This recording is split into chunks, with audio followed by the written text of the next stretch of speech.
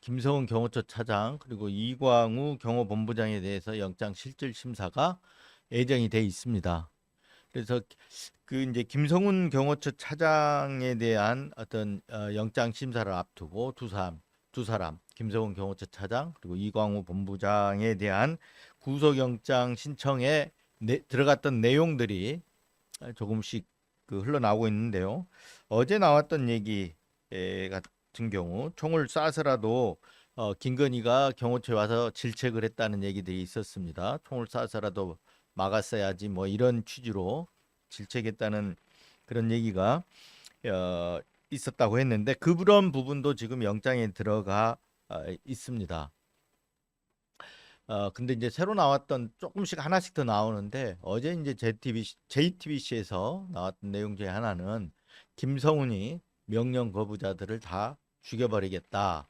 이렇게 이제 뭐라 할까요?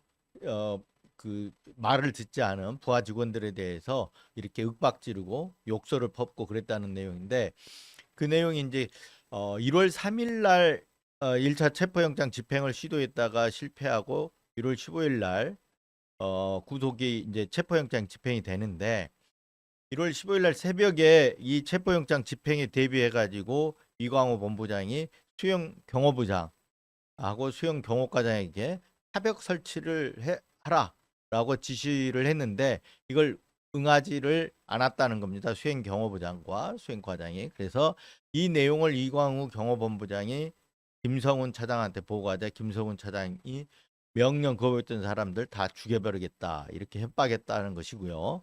그리고 이후에 이제 윤석열이 체포돼서 서울구치소에 수감이 돼 있는데 서울구치소에 수감돼 있는 윤석열을 경호하는 그 수영 경호부장, 수행 경호과장한테 가서 어, 당장 임무에서 손 떼라.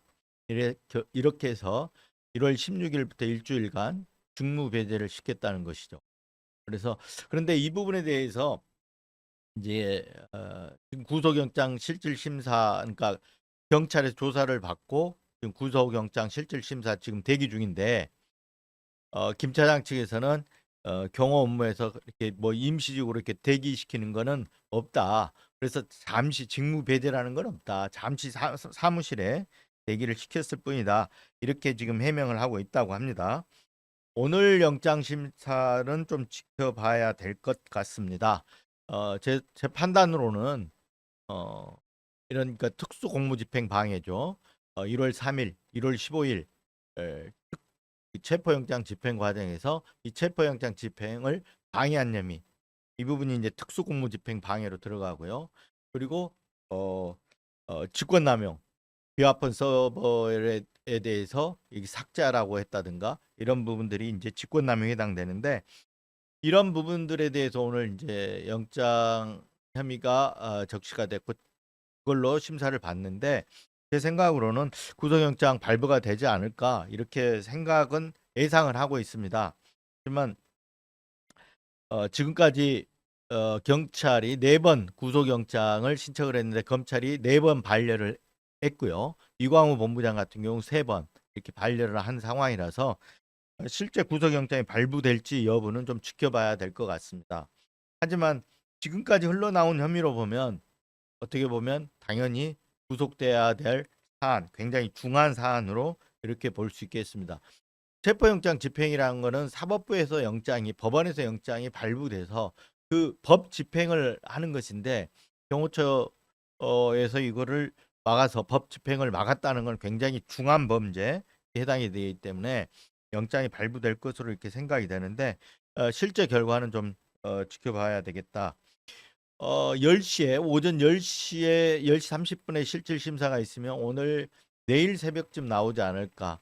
이르면 오늘 밤늦게 늦으면 내일 새벽 이렇게 나오지 않을까 싶은데요.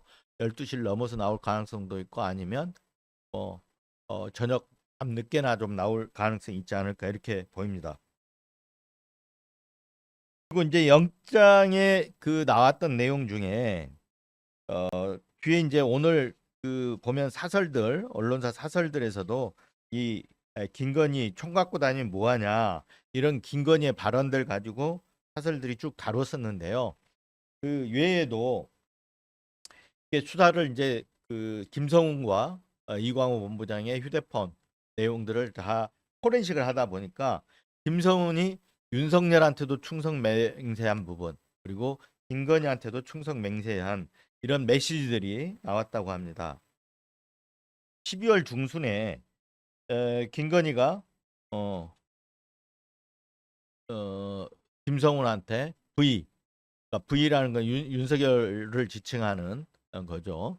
V가 영장 집행 들어오는 걸, 그러니까 체포영장이나 압수수색영장 이런 게 압수수색이 들어오는 것을 염려한다. 이런 문자 메시지를 보내니까 김성훈이 그렇게 얘기했다는 거죠. 압수영장이 체포영장이니 다 맞겠다. 이렇게 얘기를 했다고 합니다. 그래서 걱정하지 마십시오. 김건희한테 이런 문자를 보냈다는 것이죠. 이것뿐만 아니라 1월 3일 날 1차 체포영장이 어, 집행을 했는데 실패하지 않습니까? 그리고 나서 김성훈이 그 시그널이라고 이제 텔레그램 SNS 메시지를 보내는 게, 예를 들어서 문자 메시지도 있지만 카톡 메시지도 있고, 우리가 보통 텔레그램 메시지를 많이 보내는데 시그널이라는 것도 SNS 메시지를 보내는 플랫폼의 한 종류입니다. 그런데 텔레그램 메시지 같은 건데 텔레그램 메시지보다 더 보안성이 뛰어난 것으로 지금 알려지고 있죠. 이 시그널을 통해 가지고 윤석열한테 이렇게 보냈답니다. 경호처가 철통같이 막아낼 테니 대통령 뭐 흔들리지 말라, 뭐 이런 취지로 이렇게 보냈다는 것이죠. 여기에 대해서 윤석열이 흔들림 없이 단결, 국권 통수권자의 안전만 생각한다. 일관된 임무 하나만 생각한다. 이런 식으로 뭐랄까요? 체포영장이 집행되더라도 어떤 수단을 써서라도 막아라 라는 취지로 이렇게 윤석열이 또 답을 해줬다는 겁니다. 여기에 대해서 김성훈은 또 평을 하겠다 이렇게 이제 얘기를 했다는 것이죠. 이런 내용들이 김성훈의 어떤 휴대폰 포렌식 하는 과정에서 다 등장을 했다 이렇게 보입니다. 그런데 그 과정에서 윤석열은 체포영장 집행된 이후에 입장을 내면서 유혈 사태를 막기 위해 출석에 응하기로 했다. 이런 입장을 냈었고요. 김성훈도 누구도 다치기를 원하지 않는다고 했다. 누가 윤석열이 그런 얘기를 했다. 이렇게 이런 발언을 한 바가 있는데 사실상 휴대폰 메시지에서 등장하는 내용들을 봤을 때는 이런 내용들, 그 당시에 했던 이런 말들이, 발언들이 다 거짓말일 가능성이 높다. 이렇게 볼 수 있습니다. 근데 이제 그 재밌는 거는 재밌다기보다는 윤석열에 대한 부분이 이 김성훈 영장에도 적시가 돼 있다라는 거죠. 결과적으로 체포영장 집행을 방해하기 위해서는 윤석열의 지시가 있어야 되는 거 아니겠습니까? 그래서 김성훈 구속영장에 윤석열도 특수공무집행 방해 주요 공범으로 적시가 돼 있다는 겁니다. 이미 윤석열은 그래서 이 특수공무집행 방해 혐의에 대해서 입건이 돼 있는 상황입니다. 만약에 김성훈에 대해서 구속영장이 발부가 된다면,